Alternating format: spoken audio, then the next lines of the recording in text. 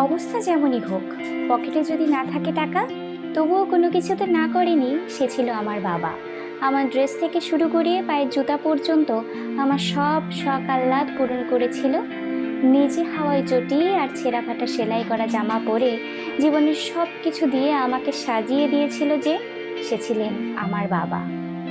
যখন সত্যিই অভাব সংসারে করা নেড়েছিল, দিন রাত অক্লান্ত পরিশ্রম করে পরিবারের সবার মুখের খাবার তুলে দিয়েছিল আমার প্রিয় বাবা।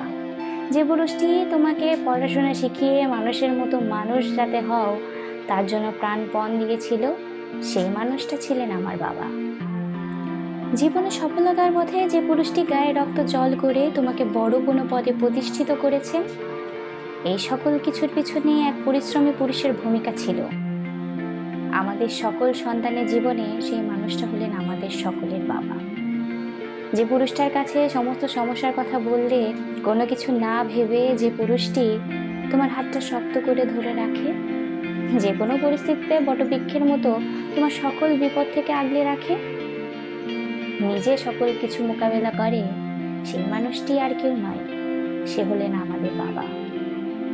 বাবা কখনো বলে না আমি ক্লান্ত, কখনো বলে না আমার শরীরটা ভালো না। আসলে বাবা যেমনই হোক, ধনী কিংবা গরিব, সত্যি বাবার কাছে কোনো ভেদাভেদ হবে না। বাবা পারে তার সন্তানের জন্য সবটা উৎসর্গ করে দিতে। তাই পৃথিবীর সমস্ত সন্তানের কর্তব্য নিজে প্রতিষ্ঠিত হলে বাবা মাকে ভালো রাখা, ভালোবাসা। কারণ একটা সময় পর বৃদ্ধাকালে এই বাবাকেই তুমি দায়িত্ব নিয়ে বলবে, বাবা আমি তোমার বাবা, তুমি আমার সন্তান। আমি আজ যা কিছুই বাবা, সবই তোমার অবদান। বাবা আমি কেমন করে সবটা ভুলে যাই, জন্ম থেকে কর্ম অবধি তুমি ছিলে আমার মাথা গোজার ঠাই। পকেট খালি দেখিনি তোমায়, ঠিকই একটা ব্যবস্থা করে নিতে। তুমি সবার মুখের হাসি দেখবে বলে জীবনে কত কিছুই না করে গেলে।